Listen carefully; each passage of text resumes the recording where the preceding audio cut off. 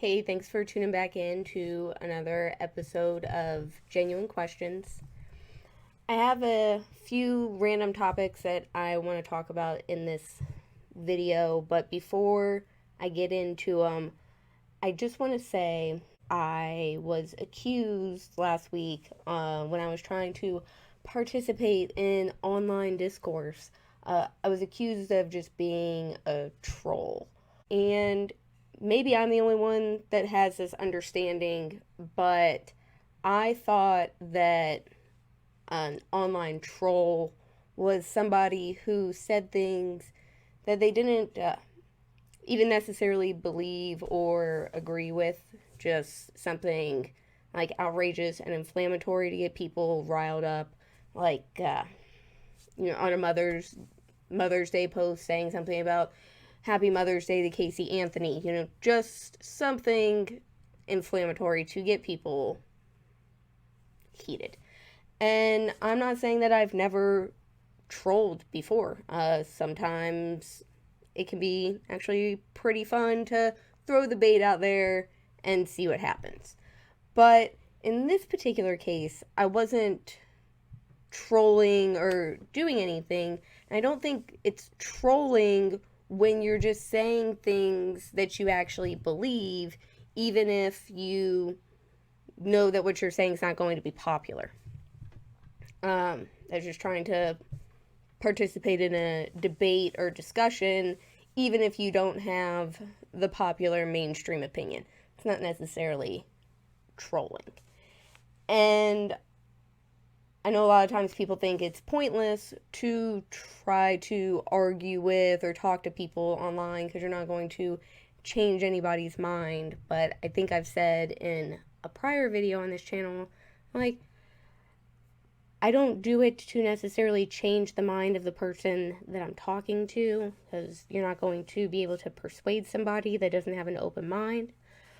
But I learned a lot about Bill Gates and became aware of what a major creep he is based on something I was scrolling past on the internet where two people were arguing about him, and it made me start to look into it to see what they were talking about.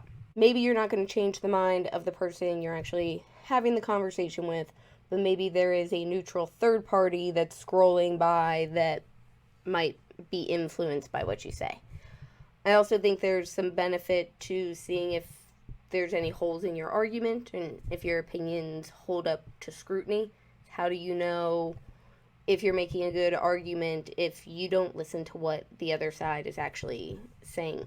And then the final reason that I think it's still there's some value into participating in these types of conversations with people that don't agree with you is that if you genuinely want to bring people over to your way of thinking or change people's minds or persuade anybody, you have to talk to people who disagree with you. You're not going to bring people onto the team when you're just preaching to the choir.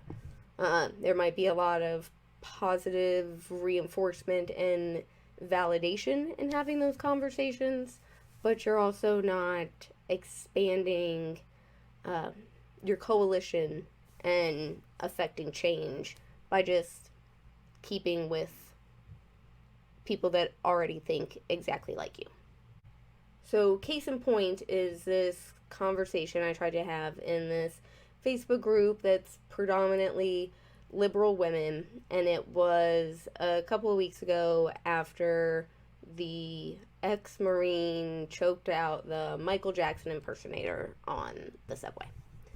And the conversation started with this post here, which was a screenshot of the guy, Sean King, who is like the white guy that is a spokesman for Black Lives Matter or something. I think they call him Talcum X.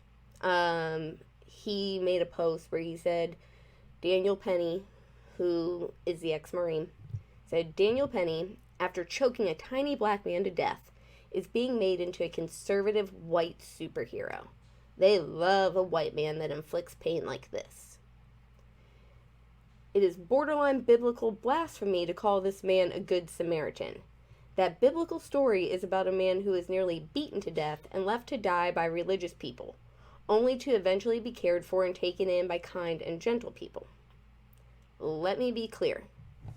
0 good Samaritans were present when Jordan Neely, that's the Michael Jackson impersonator, 0 good Samaritans were present when Jordan Neely was choked to death. 0. Now I have to say it because it keeps getting lost here. Jordan Neely touched nobody. The only person who made this physical was the white man who killed him. I had a lot of thoughts in response to this particular post. And I'm going to show you a couple of the conversation threads that spawned from this topic here. The first is a lady who said that being homeless with mental health problems should not be a death sentence. He touched nobody. This is an indication of the bigger problem in this country and how we view and deal with homeless and mentally ill people. And the original poster was like, preach, yes, go queen. And I just found that very annoying because nobody's criminalizing being homeless or making your mental health issues a death sentence. In this particular case, as I tried to explain here in the comment, this guy, he got on the subway and was threatening people because he was hungry and he wasn't afraid of going to jail. Because there actually are people out there that will commit crimes intentionally because prison is the better alternative to living on the street. So being homeless isn't a death sentence, but if you walk into a subway car of people and you threaten them, I don't think it's shocking that people would take that threat seriously and react instead of standing around and waiting until that person makes good on their threats. I don't believe that she ever came back to respond or say anything to that. So the next person commented on there and says, why is people letting him get away with this? Why are they supporting him? And the person who originally posted was like, because he's an ex-Marine is my guess. And also, racism. So her answer is that people are supporting him because, as Sean King said in his original post, that white people just love to see other white people kill black people in public. That's her highbrow explanation for why anybody could potentially disagree with her that this man deserves 15 years in prison for doing what he did. Racism. So I didn't get a chance to take a screenshot of what I said in response to her question where she asked, why is people letting him get away with this? Why are they supporting him? I was happy to explain it to her, since if she's never actually talked to anybody that thinks differently than her, you might disagree with my logic, but you can at least conclude that it's not racism that is the motivation behind the disagreement. I didn't get to take the screenshot of it, because actually when I responded, instead of participating in a discussion with me or explaining how she disagrees or anything like that, she just blocked me. So I didn't know the conversation was going to be interesting enough to take a screenshot of it until that happened. So I don't remember exactly what I said, but it gets talked about. My general points get talked about here in some responses to a few other people that chimed in. After I realized I got blocked, I left a comment where I said, well, I guess Denise doesn't really want an answer to her question since she blocked me as soon as I gave her one. And then the original poster said, because your support is actually gross. That is all. So well, what's gross about it? Because I think it's gross to accuse people of being racist based on nothing more than your imagination. And then she responded and said, la la la la la la la la la la la. Part of the reason I included the screenshot is so you don't have to take my word for it. She actually typed that out. La la la la la la la la la. And now she wants to step away from the racist argument for a minute, because you don't just choke someone out and kill them. Or do you not understand that aspect? Manslaughter, flanslaughter. He killed somebody, but that probably means 0 to you. It's not about semantics either. So I just responded and said, well, it's hard to separate the racist argument, because if you remove those evil motives that you assign to this man based on nothing, then this is clearly an instance of a Good Samaritan law. Your screenshot might say that it wasn't, but even your screenshot has to falsely attribute race as the motive in order to make that case. Because a man was in public, he was threatening people and saying that he was hungry and thirsty, so he didn't care if he went to jail for a really long time, and he was willing to do something that would put him away for a really long time. So reasonable people on that subway took that threat seriously, and they intervened. Now your screenshot says that the Good Samaritan law doesn't apply because Neely didn't touch anyone. But that's not a requirement of the Good Samaritan law. Good Samaritans can intervene if there is a reasonable threat of harm or danger. And considering 3 people all independently thought this man needed restrained, as well as the subway car full of witnesses, it's hard to say that this was an unreasonable or reckless act by the men who intervened. So, just a pause from the comment that I left here for a second, because I do want to bring that up. There were actually 3 people that helped restrain this guy. The only one to my knowledge, and I'm not super well versed on this topic, so maybe there's been updates that I just haven't seen, but the last I heard about this, the only one of the 3 that got charged was the ex-Marine, the white guy, because at least one of the other 2 people that helped restrain him was a black guy. So it makes it even harder for me to believe that this was a racially motivated attack and not a reasonable response to what people appeared or thought was a threatening situation. Because if this guy was just choking this man out because he was black and homeless and had mental health problems, then 2 strangers just decided to be like, I'm gonna jump in and help him do that. And one of them's a black guy that wants to help in this racially motivated killing. Like, to my knowledge, these people don't all know each other. They're 3 random guys that all felt that this was necessary. And in the videos, you don't hear anybody on the subway being like, get off him, what are you doing? He was minding his own business. It's my understanding that people were very thankful of their intervention, and nobody seems to be objecting to it. But I went on and said, also the fact that this resulted in someone's death, while tragic, does not automatically make it a violation of the Good Samaritan law, because that's explicitly what the law is meant to do. Allow people to intervene when there is a reasonable threat without fear of prosecution for unintended injuries, mistakes, and wrongful death. Here is what the Good Samaritan law says.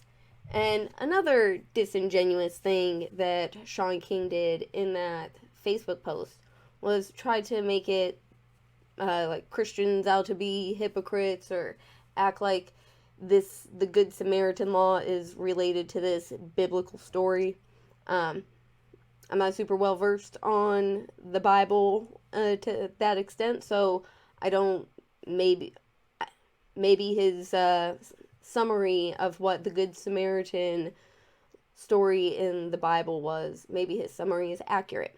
I don't know enough to challenge him on it, but I do know that when people are talking about the Good Samaritan law in the context of the subway hero story, they're not talking about the biblical story. There are actually Good Samaritan laws and legal exceptions and carves out for people to intervene in situations where there's perceived harm or danger. So that's what people are talking about. It's not a biblical reference in this particular case.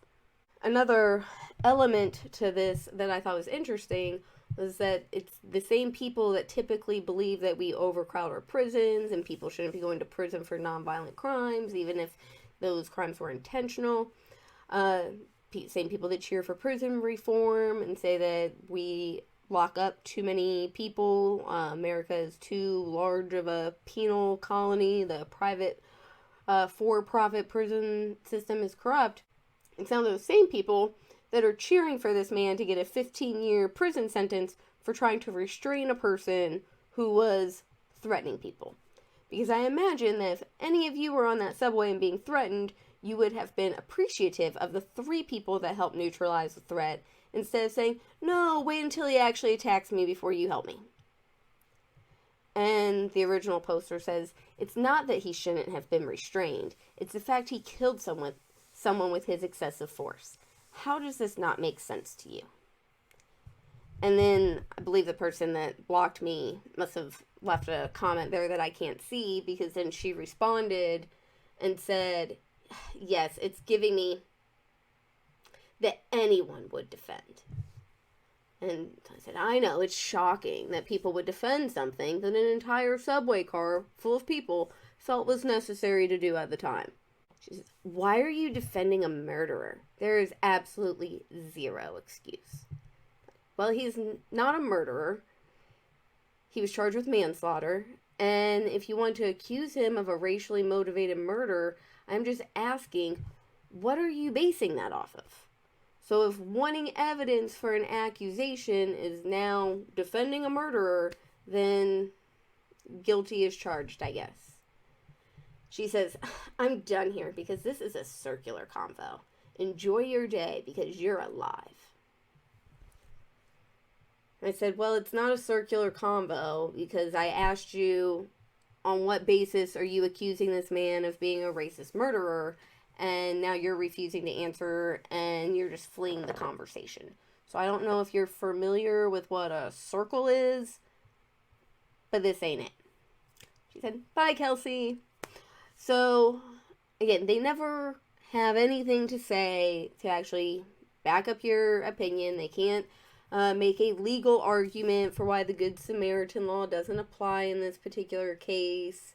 They can't give you a specific reason other than their tribal partisan politics for why they think that this man is a racist. They don't have any logical way to tell the story of why only this, or to justify why only one of the 3 guys that restrained him is the racist murderer, and why the other 2 guys, I guess, aren't accomplices or accessories or whatever. So, no conversation, just as soon as you disagree with them, goodbye. Another big issue that I have with Democrats is just the hypocrisy about everything.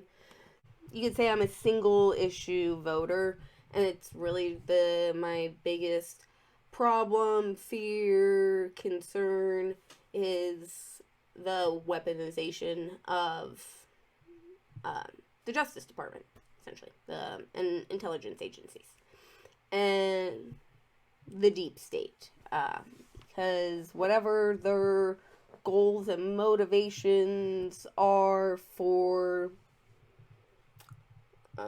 all of the nefarious crap that they do all the time, whatever those motivations are, I do not believe that they are good.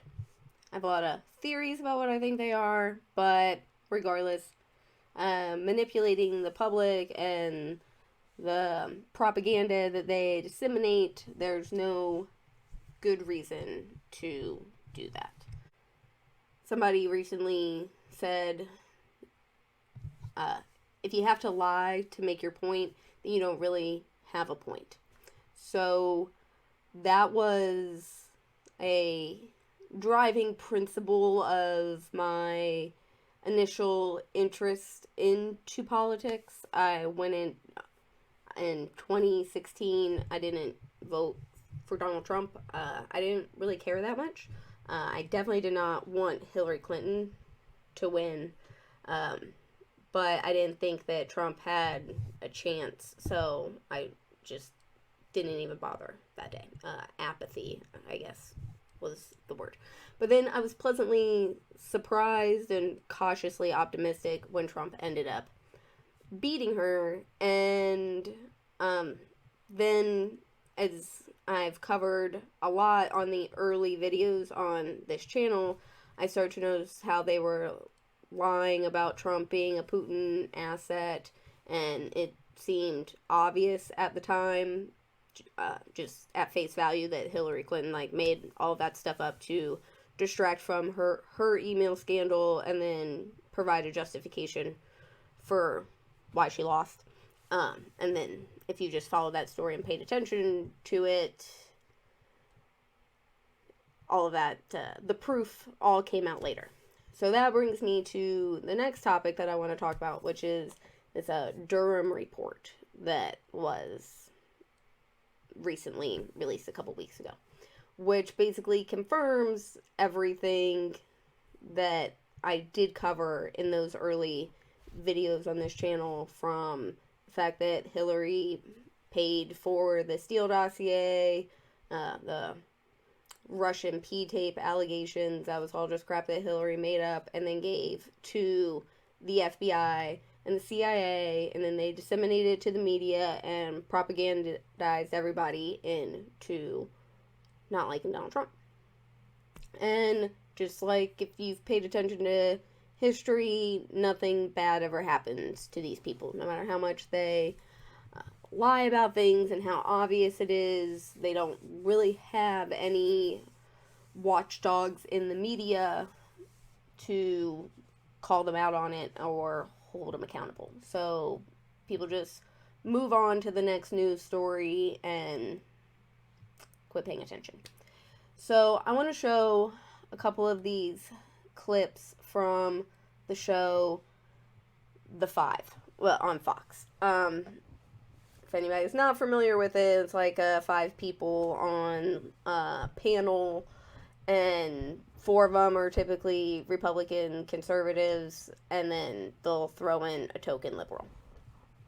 And I'm fully aware of the fact that this a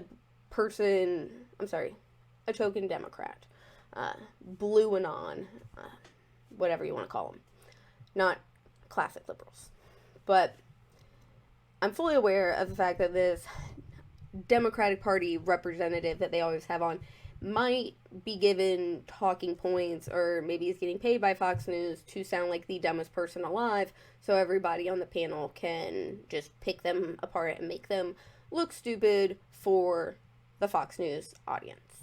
I get that is a possibility, but in this particular case, the talking points that she is parroting, I have not heard anything different or any better arguments from people that I do see as maybe the more intelligent thought leaders in the Democratic Party, which I get is a bit of an oxymoron, but I think you get what I'm trying to say. So in this first clip, this woman has the audacity to make the point that it's no big deal that the FBI lied to the American people and used the CIA and the media to propagandize everybody into discrediting Donald Trump and undermining his presidency. And it's no big deal because those were some of Trump's best moments on the campaign. He really got people riled up at his rallies over it, and ultimately, DNC did him a favor with the false allegations and weaponization of the Justice Department against him. Jessica, where do the American people go to get 2 years of the presidency that they voted for back? Because the president was under this cloud nonstop during his presidency. And we should get a redo. Who needs to apologize? We can't survive the redo of that. And frankly, Donald Trump got some of his best moments out of the, quote, Russia collusion. Did the American people? He fed off of it. Oh, come on. No, I mean, really? He did. I mean, who benefited? You're saying someone actually benefited from this? Trump, who is a showman, benefited by being a victim of this. And that's why he continues to proliferate the image that he is a victim. He did it last week in his town hall. Okay. That argument, just that anybody would have the cojones to say that on television. They're like, yeah, that's fine that I falsely accused you, used the entire media apparatus and the intelligence agencies to go after you and propagandize roughly half the country into thinking that you're a Russian agent, Putin puppet Nazi, but you had some good beats on the campaign trail with it. So, water under the bridge. That's if that is your moral value system, that's how you think that that's a fair trade, that's who cares with that. We are on completely different planes there. We'll never see eye to eye on that one. Here's the thing with the John Durham investigation. If all of what Jesse just said is true, why are there no new charges? Why does someone put out a 306-page report? I think that's what it was.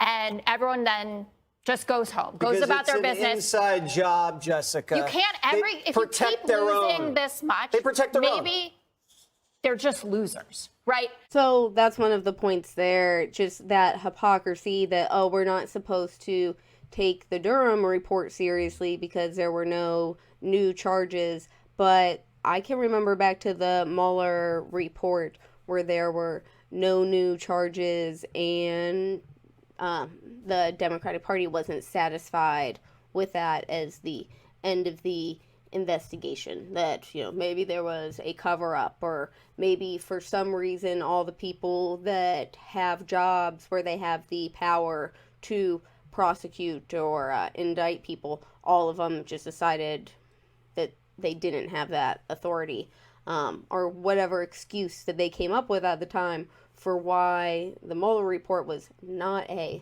nothing burger, even though there were no new revelations or charges or anything interesting that came out of that. But when it comes to a report about Hillary Clinton, then suddenly you can't have a cover-up, there's no such thing as that. Everybody does everything on the up and up all the time, and if there was something there, she would have been charged with it. It's very annoying double standard. There isn't truth to what you've been arguing all along here by just saying no, because you charge the report. So, two things about the report. The report says that there's truth and that the point of this was to find whether any person or entity violated the law. John Durham could say all this, but he doesn't find any legal law breaking. Otherwise, he would bring new charges. He tried 3 times. He has 1 low-level conviction and 2 acquittals. Basically came up with bupkis after 4 years of wasting. So it's okay for the FBI to manipulate what the American people think based on lies? It is absolutely not okay. I think that they should have told the Trump campaign if there were people that were trying to influence it. Yeah. But the only person who actually lost out by the FBI was Hillary Clinton when Jim Comey got up there 11 days before the election and said that they had a second investigation opened into her emails and didn't find anything. They saved her. She didn't get indicted. This is a new statement. Because when you get too high up, nobody pays. Right. Another bit of hypocrisy that I see here is when it comes to investigations into the establishment, people like Joe Biden or Hillary Clinton or the intelligence agencies. They'll write a report like the Durham report, or they'll do a press conference like James Comey did about Hillary Clinton, and they'll give you the list of all of the laws that these people broke. Or the deviations from the standard procedures that they took in these cases. But then they'll tell you that they're not going to do anything about it because they've never charged anybody with this type of crime before. You're not supposed to go after your political opponents. They have all kinds of excuses to justify why they are essentially saying, yes, they did it, yes, they broke the law, but we're not going to do anything about it. But then when it comes to really any issue involving Donald Trump, then they'll tell you, they'll go through this whole investigation, write these reports, press conferences, January 6th, primetime TV coverage to tell you, well, we didn't really find anything, but this is what we're going to do about it. And all of a sudden, those norms of not prosecuting your political opponents or not charging people with something if nobody else has ever been charged with it before, those standards go out the window. And I don't care, to me, I don't care how you feel about the particular political issues, whether you support universal health care or you're pro-life or whatever political opinion, like stance that you have that dictates to you what side that you're going to vote for. I don't understand that regardless of that, how you can't look at that double standard on how they go after establishment figures versus how they go after anti-establishment figures, and how they use the Justice Department to go after these people and the media to smear the reputations of these people. Regardless of how you feel about the political issues, I don't understand how people can be okay with or not see that hypocrisy. I mean, because you can still support those things and want those things, but maybe recognize that the people who are currently in charge, who are the establishment, that they don't actually have the people's best interests at heart, that they're not really trying to be the safeguards of democracy like they claim to be. Which sort of segues into the next topic that I want to talk about.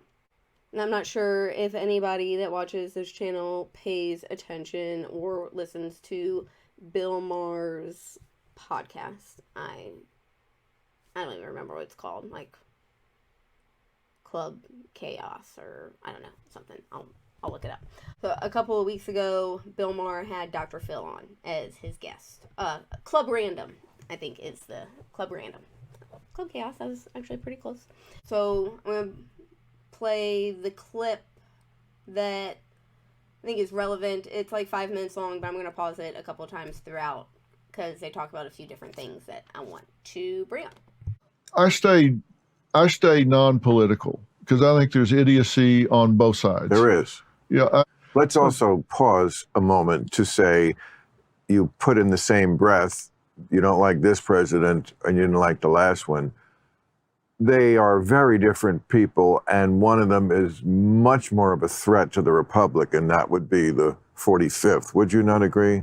Well, come on. Threat to the Republic? Joe Biden? No. Joe Biden is a return to normalcy, yet a Democrat who is, yes, too much ensorcelled by his fringe left. He will not ever tell them to sit down and shut up.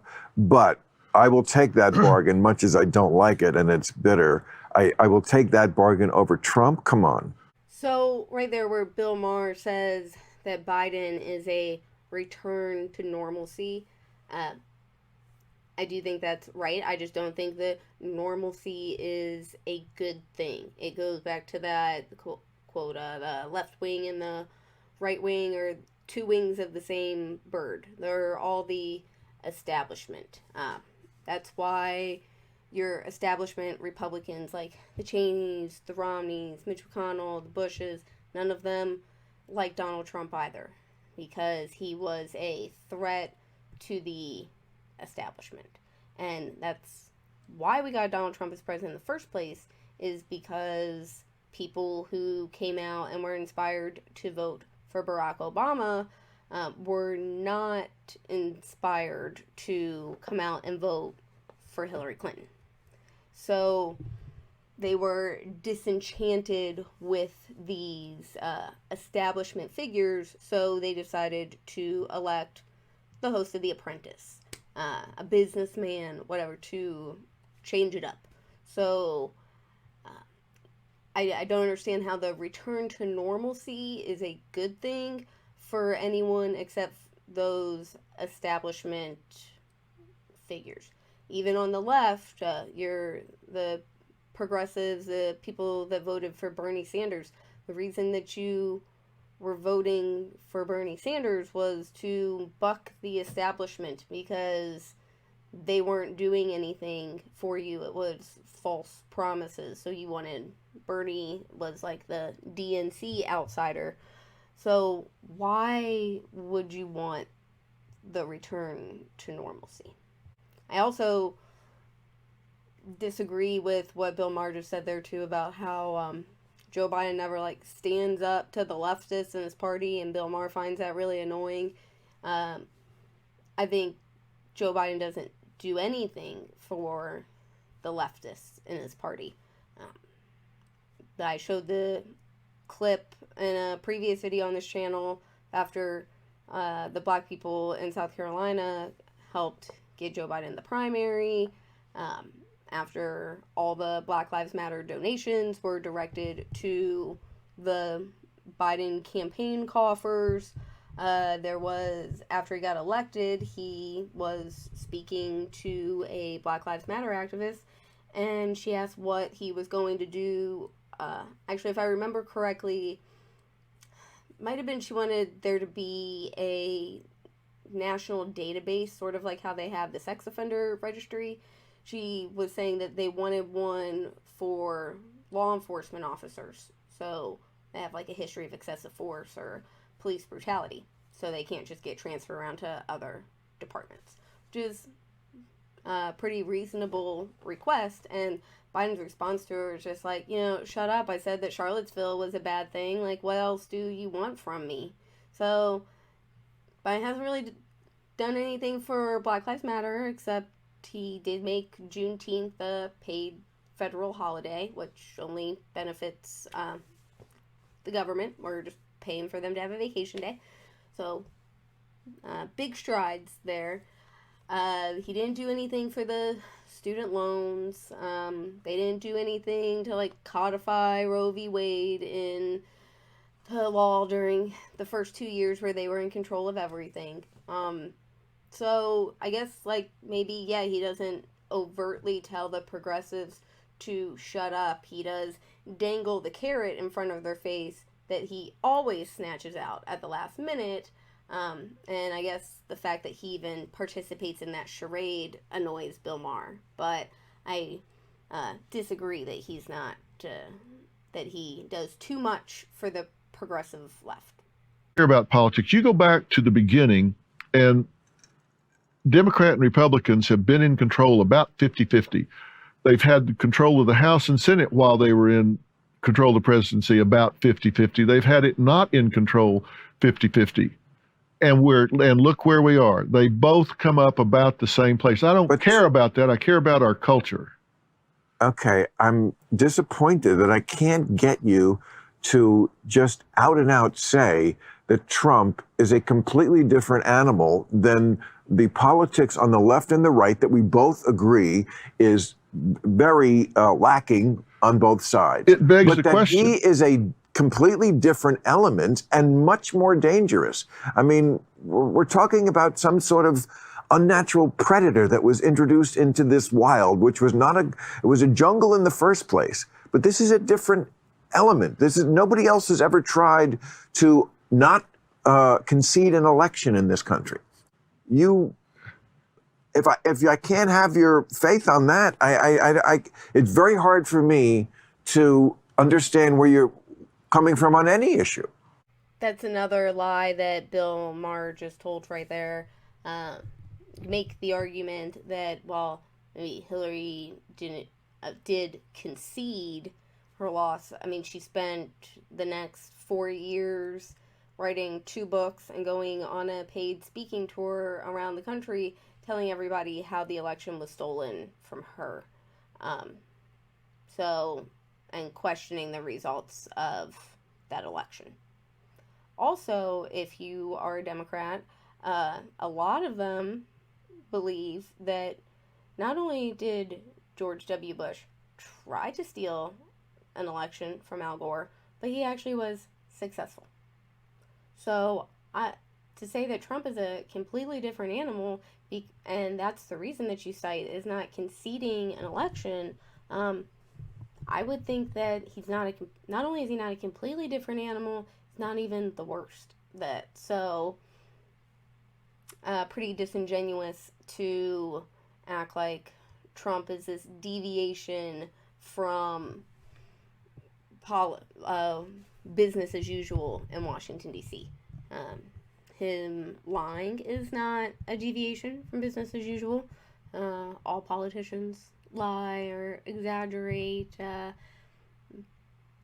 Even all the other examples that they've given are things that they either completely made up or took out of context, or like the whole kids in cages thing on the border, him just continuing on the policies from the administration before him.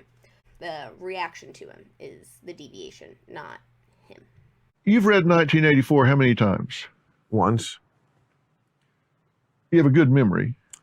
I mean, it was like college time, but I loved it. And I certainly remember the gist, the Ministry of Truth. Yeah. And Oceana. Yes. The government came in, they saying we're going to tell you what words you can use. We're going to tell you what words you can't use. Yes. And if you don't do it right, we're going to unperson you. I'm all over that. You remember all that? I know. And by the Okay. way, the Biden administration actually tried to have this year a Ministry of Truth. They almost called it. It was very close to it. I can't remember the name. It was close. It was close, and it was exactly what that is. I agree. But even beyond that, let me tell you this. But you think that's a bigger problem than Donald Trump? No, I don't. Oh, because great. I don't think politics are the big problem. What I'm telling you is this.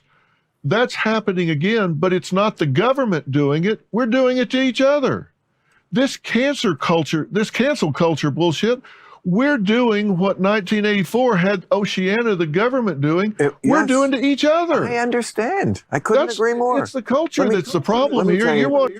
I do disagree with Dr. Phil with what he says right there. That I do think that regardless of which party is doing it, anybody who is behaving the way that the government did in 1984, those are the bad guys. You can call yourself liberals, you can call yourself Democrats, Republicans, conservatives, whatever name you want to assign yourself, doesn't matter if you are an authoritarian.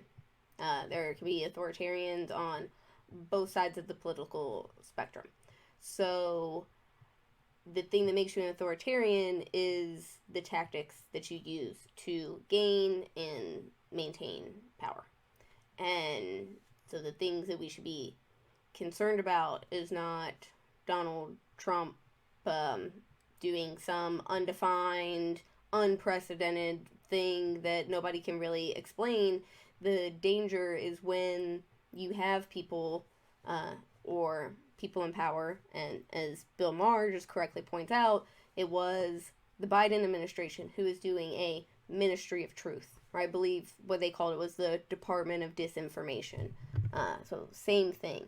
So you can't acknowledge, well, I guess you can acknowledge it because Bill Maher does this here, but it's very disingenuous to sit there and acknowledge that, yes, it is all the examples I can give of this authoritarian, Orwellian dystopia, they all come from the Biden administration, but I'm going to sit here and insist that Trump is the greater threat, this totally different animal. And then, this is the annoying thing that he tries to do here, is pull the whole, he does this version of agree to disagree, which I do think that there is a time and place to agree to disagree, and it's when everybody agrees on what the facts are, you maybe then just have a different interpretation of what those facts mean. So you're basically saying, yeah, well, neither of us can really prove each other wrong from here on out. It's just our speculation, so we'll just have to agree to disagree on that. in this particular case, what Bill Maher should have done if he was a genuine, honest person is he just should have admitted that, like, hey, you just made some really good points that actually totally contradicted everything that I was saying. And so if you're not going to say that you've changed your mind, at least acknowledge, not leave it at this, like, agree to disagree, but take it as, like, you've given me a lot of things to think about and consider here.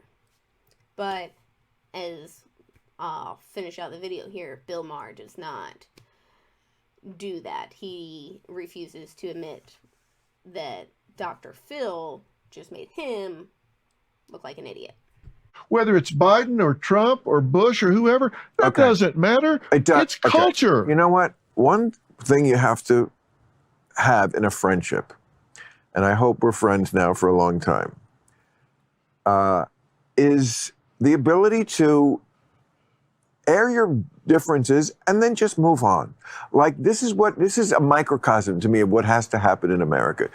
But I'm just not where you are and never will be on this Trump thing, and you're not where I am, and that's okay. I think there are certain things that we have to change about our approach, and this is where the psychological part comes in for me. We've got to stop trying to win arguments and start trying to solve problems, and that is a completely different mindset. Stop trying to win arguments, start trying to solve problems, and then all of a sudden we have to start talking. So now I want to show a clip from a recent Jimmy Dore episode, because Trump had a town hall on CNN, and Anderson Cooper had to go on his show afterwards and sort of like apologize to the viewers for showing it, but also like explain and justify to the viewers why they had to show it. But in this clip that I'm about to show you, there's actually it's one of the few times I do disagree with him about one of these things, to an extent, at least. So I want to, I guess I don't think that he's wrong. I just think that you can take it a step further. And I'm going to play his clip first and then tell you what I'm talking about after. Many of you have expressed deep anger and disappointment. Many of you are upset that someone who attempted to destroy our democracy was invited to sit on a stage in front of a crowd of Republican voters to answer questions, and predictably continued to spew lie after lie after lie. So again, they're pretending that people are upset about Donald Trump because he's a politician who lies. Joe Biden said that the vaccine stops the transmission of the virus on your show, said it stops it dead. You don't have to worry about getting COVID. You don't have to worry about, he said that on your TV news program without being corrected. What is this pretending that Donald Trump offends you because he's a lying politician in Washington, D.C.? Does anybody buy this? I think they believe it. And it was certainly disturbing to hear that audience, young and old, our fellow citizens, people who love. He's not upset that the government colluded with social media to censor Americans' First Amendment rights about those things, about January 6th, about the election, about COVID, about anything. He doesn't care about actual threats to our democracy. He's only, again, they don't like Trump. Kids and go to church, laugh, and applaud his lies and his continued defamation of a woman who, according to a jury of his peers, he sexually abused and defamed. As good a job as Kaitlan Collins did trying to fact check him, it is impossible to fact check fully because he lies so shamelessly. Now, many of you think CNN shouldn't have given him any platform to speak, and I understand the anger about that. Giving him the audience, the time, I get that. But this is what I also get. The man you were so disturbed to see and hear from last night, that man is the front runner for the Republican nomination for president. And according to polling, no other Republican is even close. And so we would have been derelict in our duty to not interview the guy, because that's how news works. Oh. And I know I'm supposed to protect the left's feelings, people who vote for Democrats. I'm supposed to be protecting your feelings from the news. But we actually have to do this because we only care about money at CNN, just like MSNBC, Fox, ABC, CBS, and NBC. We only care about money, and we knew Donald Trump was a ratings getter. And that's why, by the way, that's why MSNBC used to show Chris Hayes would show Trump's empty podium for an entire hour instead of showing a speech by Bernie Sanders, because all they care about is money and ratings. And to pretend like somehow CNN cares about anything else except money and ratings, and that they ever cared about anything else besides money and ratings, is an insult. That is not the reason that CNN showed Trump's empty podium instead of showing a Bernie Sanders speech.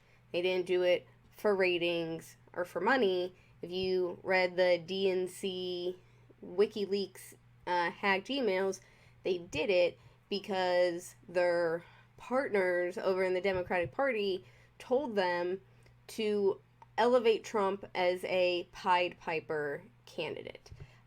Trump was the one that Hillary wanted to run against. So instead of, she didn't want the DNC colluded within their own party and then with the media to screw over Bernie Sanders in the primary and give it to Hillary. They were sued by Bernie Sanders supporters for doing it. They went to court, told the judge, yeah, it's supposed to be a democratic process, but we're actually a private organization and we can do whatever we want. And the judge agreed with them. So, I didn't make that up. You can go look up the court case. So, that's why they did it, not because they were getting more ratings or more money for showing Trump's empty podium. I think if you actually look up the numbers, Trump was the candidate that got the most free media, where he didn't have to pay them for these time slots. So, because they were trying to elevate Trump and downplay the importance of any other challengers to Hillary Clinton. That man you were so upset to hear from last night, he may be president of the United States in less than 2 years. And that audience that upset you, that's a sampling of about half the country. They are your family members, your neighbors, and they are voting. And many said they're voting for him. Now, maybe you haven't been paying attention to him since he left office. Maybe you've been enjoying not hearing from him, thinking it can't happen again. Some investigation is going to stop him. Well, it hasn't so far. So if last night showed anything, it showed it can happen again. It is happening again. He hasn't changed, and he is running hard. You have every right to be outraged today and angry and never watch this network again. But do you think staying in your silo and only listening to people you agree with is going to make that person go away? Yes, you told me that. I love how they have to talk to these like imbeciles. Yes. The people that are... They have to explain to people how news works. Hey, we actually cover the guy who's going to be the front runner. They spend so much time destroying what it is that they now got to explain to them how it works. Yeah, how news works again. That's bravo. I love it. Where I disagree with Jimmy here, and to tie it back into the Bill Maher Dr. Phil clip, where Dr. Phil brought up 1984, there was also, in 1984, they had what they referred to as 10 minutes of hate, where, like, on the news every night, the, I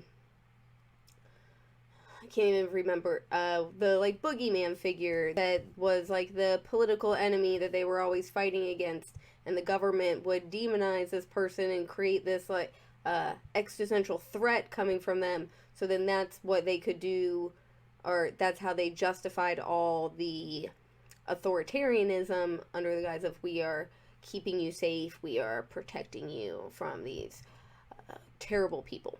So they had to do the 10 minutes of hate every night to remind the public of why this was a bad person and why you should be against them, and to brainwash them into this propaganda of this person being the enemy. I'm not discounting the argument that CNN did it because of ratings, or because they have to cover the news and Donald Trump is the front runner. But I think it's could almost be equated to a 10 minutes of hate type situation. That it's been, what, two and a half years since Trump was in office. Biden's been a disaster. And now you've got some new people coming in the Republican Party, and Anderson Cooper and CNN and the establishment have to remind everybody that Donald Trump is this huge threat. There are people out there that, roughly 50% of the country is voting for him. He is the front runner. We can't stop him with any investigations. So just like last time, everybody has to come out and vote against Donald Trump, because they know that nobody is really voting for Joe Biden. So they have to they can't let people get too bogged down with how terrible the reality is under the Biden administration. They have to keep this looming threat of this Trump boogeyman ever present in the back of people's mind. So they keep fighting against that and not taking a objective look at how things are going with the current administration.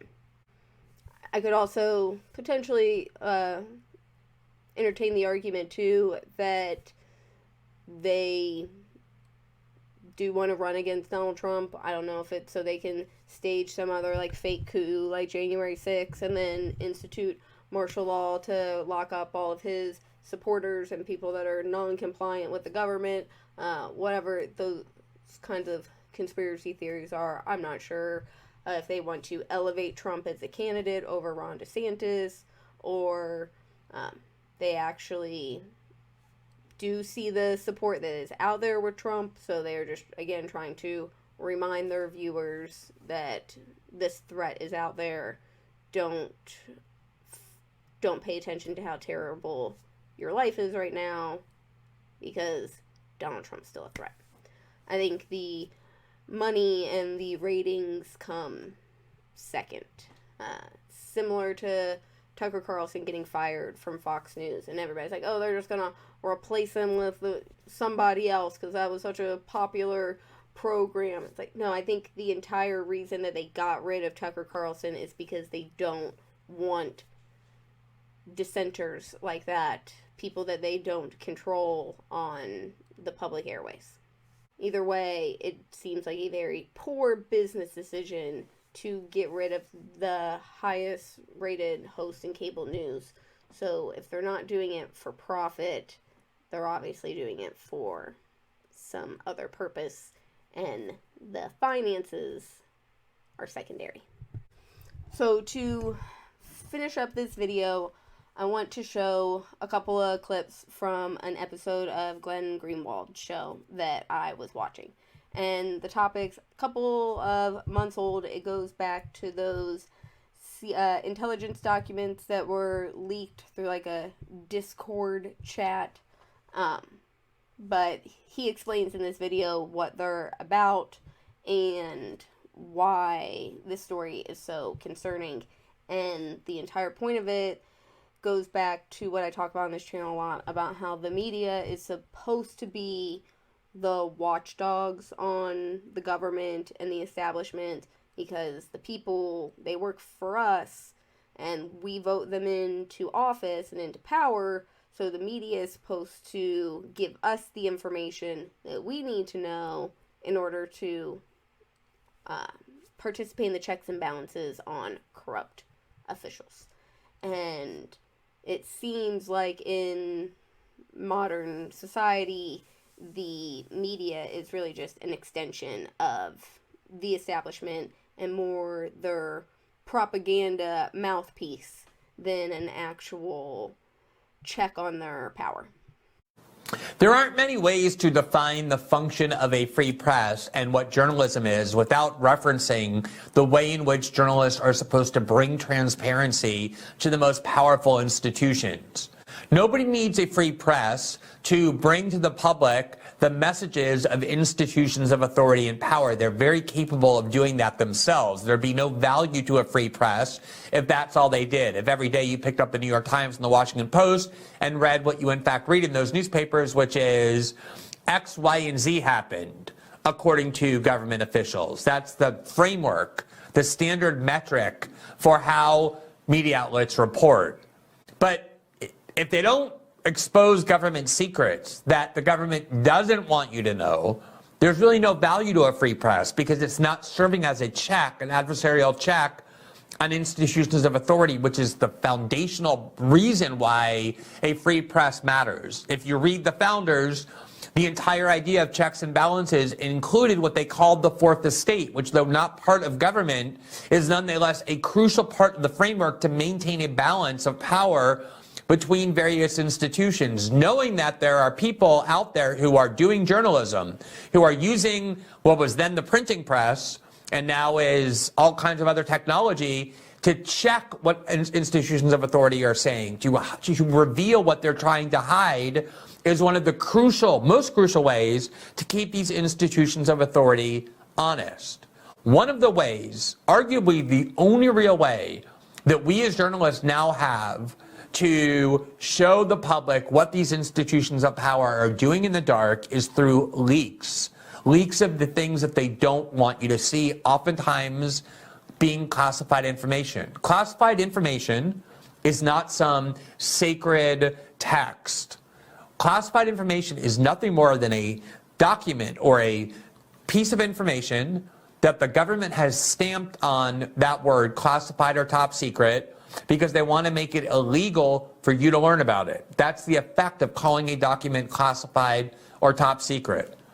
And one of the things I learned in working with many large archives of government secrets and classified material is that more often than not, when the government calls something classified or top secret, it's not because they're trying to protect you, it's because they're trying to protect themselves.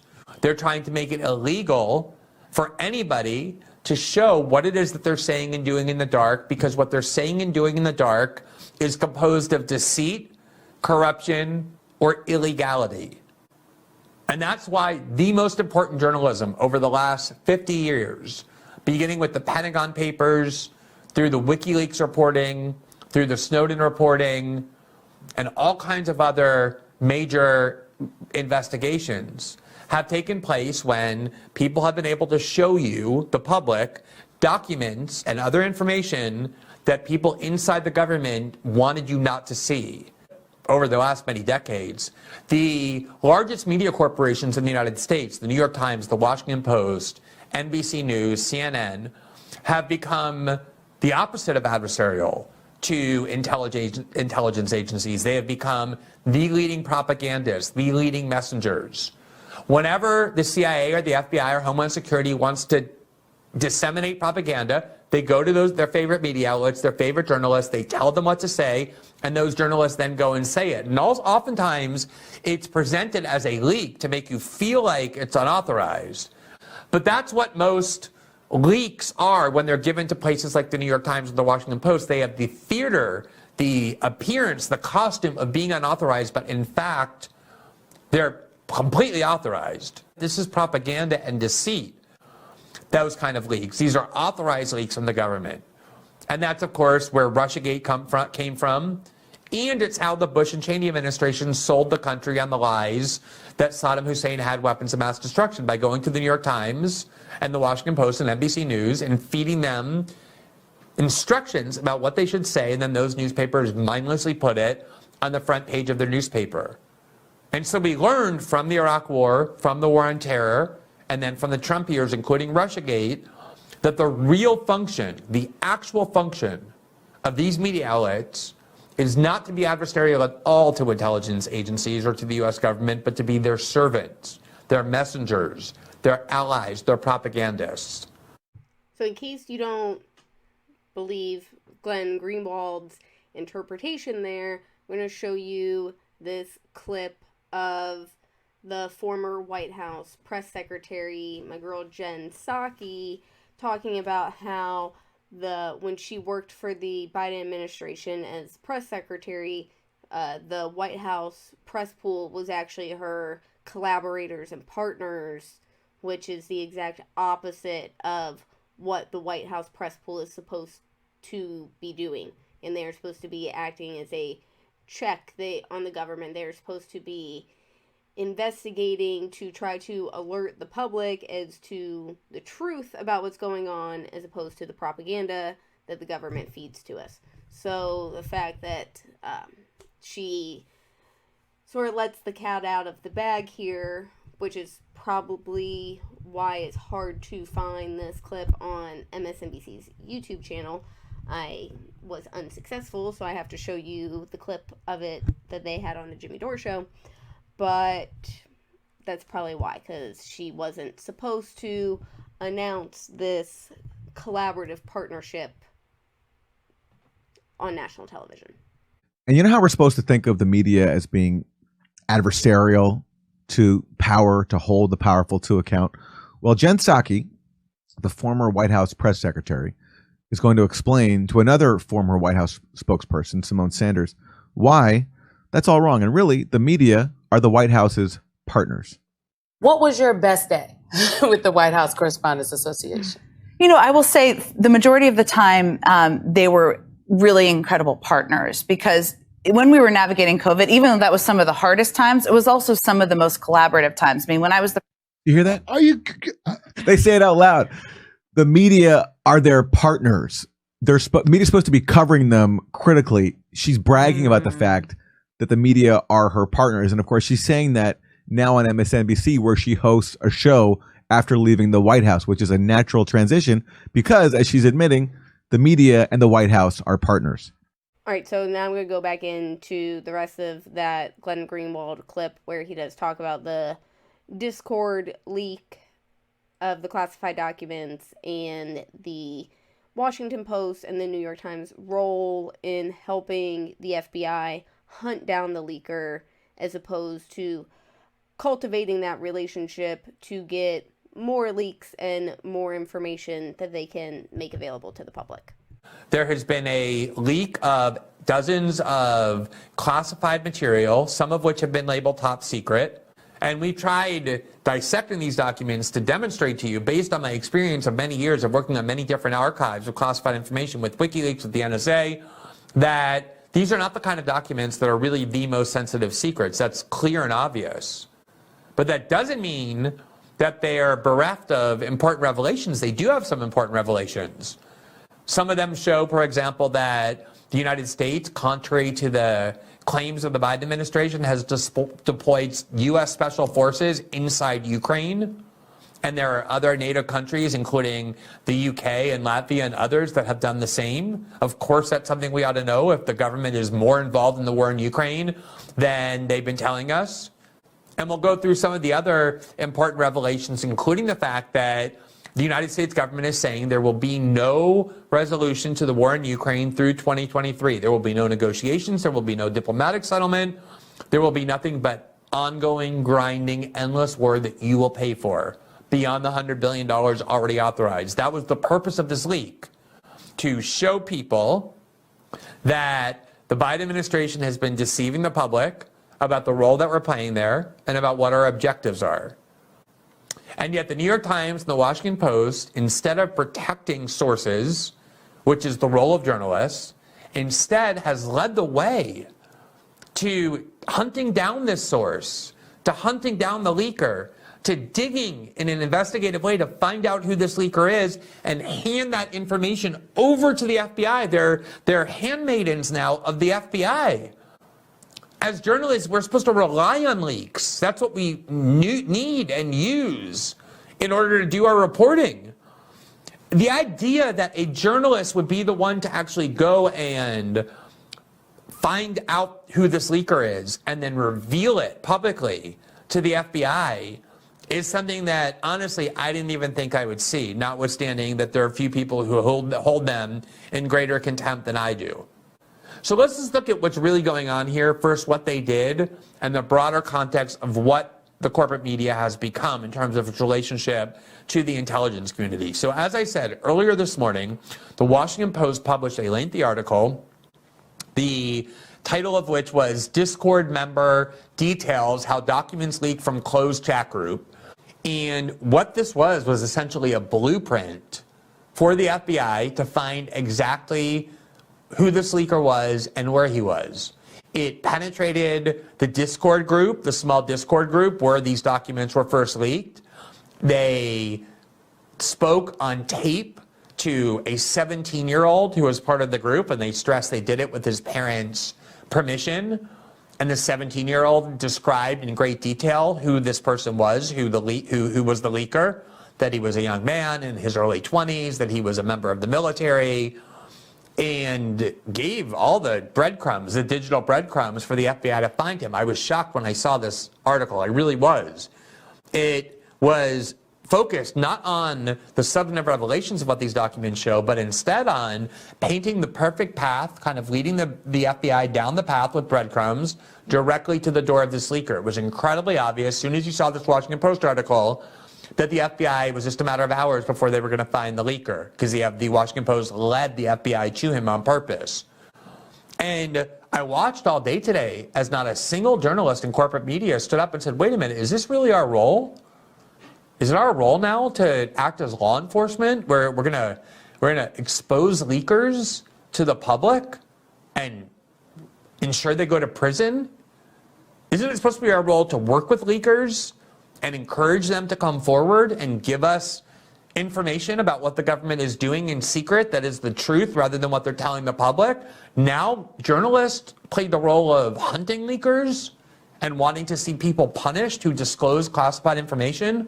But evidently that is not just the role of the Washington Post, but the understanding of the role of almost everybody in corporate media, because virtually nobody stood up and said, wait a minute, we shouldn't be doing this. This is the opposite of our role.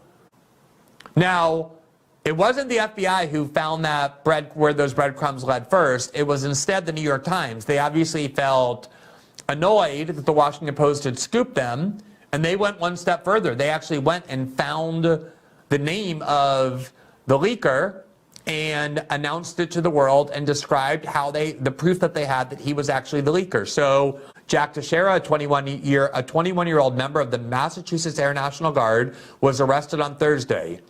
There's the article. The leader of a small online gaming chat group where a trove of classified U.S. intelligence documents leaked over the last few months is a 21-year-old member of the intelligence wing of the Massachusetts Air National Guard, according to interviews and documents reviewed by the New York Times. The National Guardman, whose name is Jack Teixeira, oversaw a private online group named Thug Shaker Central, where about 20 to 30 people, mostly young men and teenagers, came together over a shared love of guns, racist online memes, and video games. Note how they're already trying to get you to hate this person by telling you that he was spreading racist memes. Already, that is a signal to the liberal leaders that this is a bad and evil person who you're supposed to hate and be happy has been arrested. Even though he did the work of the New York Times and the Washington Post, which was exposing the reality of the U.S. role in the war in Ukraine. The New York Times goes on, quote, federal investigators have been searching for days for the person who leaked the top secret documents online, but have not identified Airman Teixeira or anyone else as a suspect.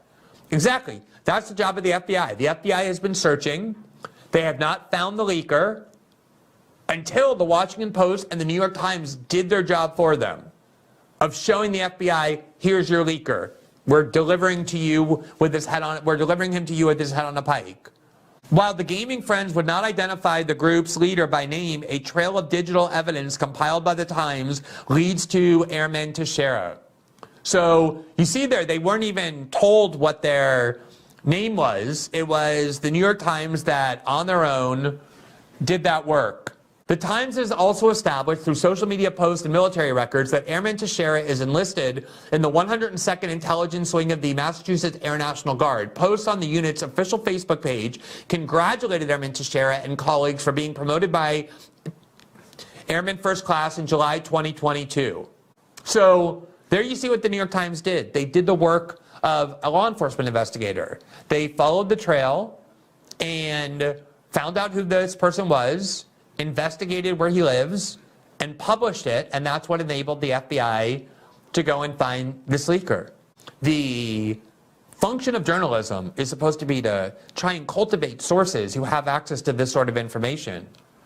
When you have a leaker of classified information, and the New York Times has been reporting on these documents, they've been going through these documents and writing article after article after article discussing what it is that they reveal, obviously necessarily signifying that the judgment of the New York Times journalistically is that these documents have real value to the public. The New York Times has been using them in their reporting day after day after day. Now, it is ingrained in you as a journalist that your central overarching duty is to protect people who do this. You're supposed to shield them from being found out.